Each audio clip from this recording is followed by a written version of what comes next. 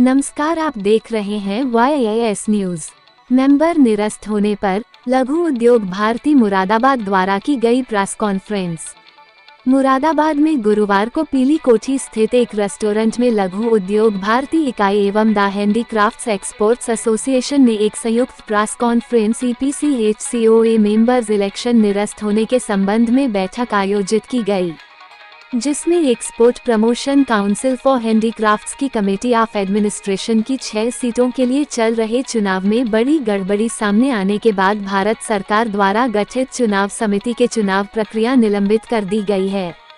उल्लेखनीय है कि यह चुनाव NSDL द्वारा वोटिंग के माध्यम से करवाए जा रहे थे, जिसकी वेबसाइट पर सिक्योरिटी फीचर इतना कमजोर डाला गया कि कोई व्यक्ति बिना पासवर्ड या OTP से किसी भी अन्य फॉर्म या कंपनी का वोट डाल सकता है। भारत सरकार के विकास आयुक्त हस्तशिल्प कार्यालय में चुनाव समिति के समक्ष COA चुनाव के सेंट्रल रीजन प्रत्याशी हेमंत जुनेजा, अब्दुल अजीम के साथ ही ईस्टर्न रीजन प्रत्याशी के प्रतिनिधि नवनीत झालानी तथा जोधपुर हैंडीक्राफ्ट्स एक्सपोर्टर्स एसोसिएशन के अध्यक्ष भरत दिनेश तथा निर्यातक अनुशेष सिंह ने लाइव डेमो देकर इस गड़बड़ी को उजागर किया।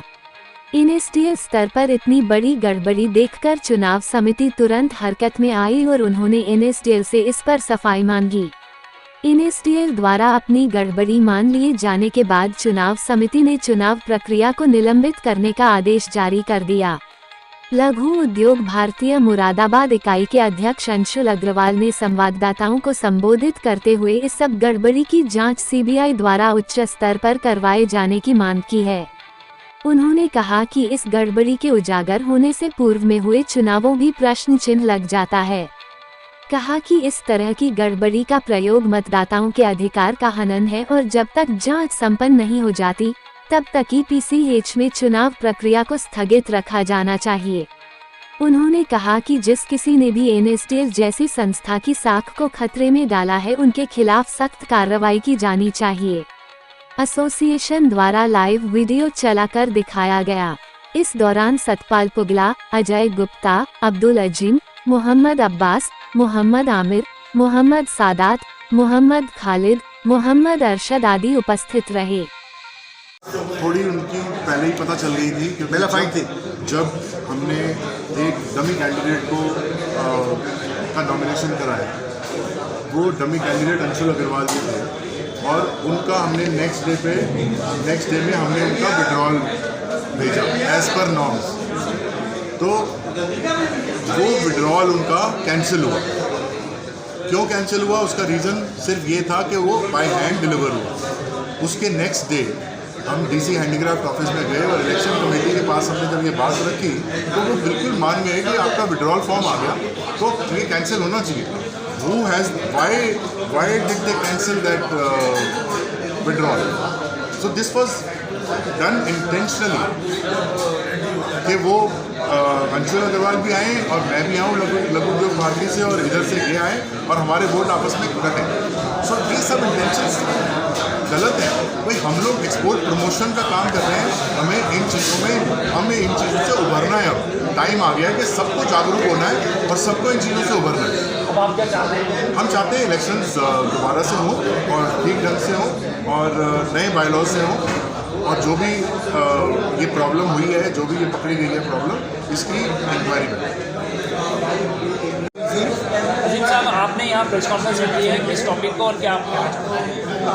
हमने अपनी जो है से EPCH के CO मेंबर के लिए अपना नामांकन भरा था, नॉमिनेशन। और पहले दिन से हमें बहुत बातें खटक रही थी। कभी ऑब्जेक्शन लग रहे थे, कभी कुछ ऑब्जेक्शन लग रहे थे कि ये आपके जो है कुछ ना कुछ डालनी होगी ज़रूर। लेकिन हमारी भी तीसरी आँख हमारे सारे लोगों की वो काम कर रही थी और राजस्थान, दिल्ली, मुरादाबाद, फिरोजाबाद, सहारनपुर के जितने लोग थे वो इलेक्ट्रॉनिक मीडिया के मास्टर हैं। वो लोग बराबर इसके नज़र लगाए हुए थे कि कहाँ पर कैसे ये लोग अपने वोट बढ़ा लेते हैं या बढ़ा लेंगे या बढ़ा देंगे। क्योंकि NSDL एक छोटी मोटी बॉडी नहीं है, EPCH एक छोटी मोटी बॉडी नहीं है और कुछ लोग जो है वो सांठ गांठ करके और इस ताक में लगे हुए थे कि हम इसमें वोट डाल दें और वो चीज़ हमने पकड़ ली। एक दिन सुबह सुबह आता है कि आप अभी दिल्ली आ जाइए। दिल्ली आकर क्या कर रहे हैं? मैंने कहा नहाने जा रहा हूँ। बोले नहाओ मत, फ़ौरन निकल जाओ, गाड़ी तुम्हें लेने आ रही है। मैं सीधा दिल्ली पहुँचा, सीधे उसके ऑफिस डीसी हैंडीक्राफ्ट। वहाँ जाके हमने मिस्टर झा से मुलाकात करी। मिस्टर झा ने जो है हमें बहुत गौर से सुना। सारे हमने आईपैड और कंप्यूटर खोल के उनके सामने 4 चौबट डाल के बता और उनसे कहा अब ये देख लीजिए साहब, हम अब्दुल अजीम को और हेमंत जनाजा को अभी 200 से 300 वोटों से आपके सामने जिता देंगे। अभी डालते हैं वोट। जो लोग वोट नहीं करते रिलैक्स रहते हैं, क्योंकि 100% वोटिंग नहीं होती, 60-70% होती है। 40% वोट जो है बाद में बन जाता है। वो क्या करते हैं, उन्होंने उसको निकाल लिया। They go into the system, they see everything, they see that this vote is not being used. तो वो सेकंड लास्ट डे से शुरू कर देते हैं अपनी प्रतिक्रिया या थर्ड से कि 10-20 वोट हर जगह के शहर में अलग उससे आ जाएगा। वो तो आईपी एड्रेस सब आ जाएगा, सब कुछ खुल के आ जाएगा। फर्जी वोटिंग करते हैं, फर्जी वोटिंग हो रही थी और ये हमने उनको प्रूव कर दिया। हमने एनएसडीएल को सारे सबूत दे दिए। एनएसडीएल ने 2 घंटे इसका इन्वेस्टिगेशन किया, कोई मास्टरमाइंड है। और उनका फ़ोन आ गया और झा साहब ने हैंड फ्री में हम सब कुछ दिस इज प्रूव कि हाँ काम हो रहा है। वो उन्होंने हमें लेटर दे दिया।